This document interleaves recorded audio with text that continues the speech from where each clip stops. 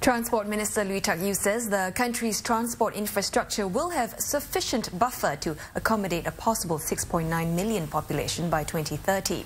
He says commuters need not wait till then to find travelling more convenient.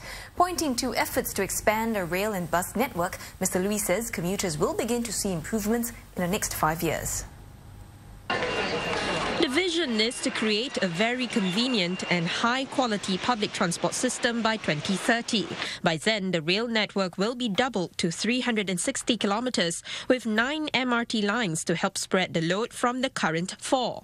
But given issues like overcrowded trains and train disruptions in recent years, the Transport Minister says he understands why such a vision can be hard for Singaporeans to visualise. Seen through the prism of the current situation, I can appreciate how unthinkable it may seem that we can accommodate a population by 2030 that is 30% higher than today, even though we have firm plans to double the rail network over the same period.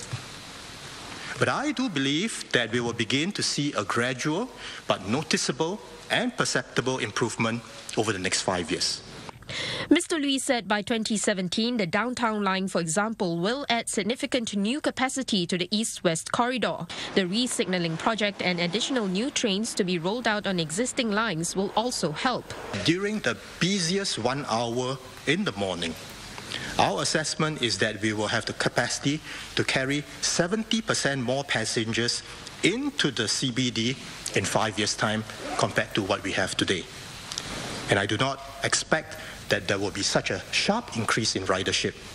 And hence, what this implies is that for most commuters taking the train into the city, the journey will be less crowded by then.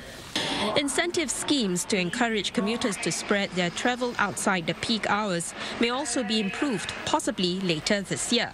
As for buses, there are plans to speed up the 5-year bus service enhancement program launched last September.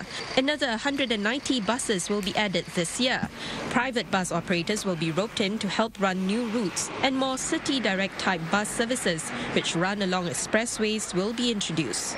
To improve waiting times, there are also plans to possibly introduce an incentive and penalty system based on commuters' expected waiting times. Well, such a system has already been introduced in cities like London and Seoul. The Land Transport Authority will begin to trial the scheme on some services in the second half of this year.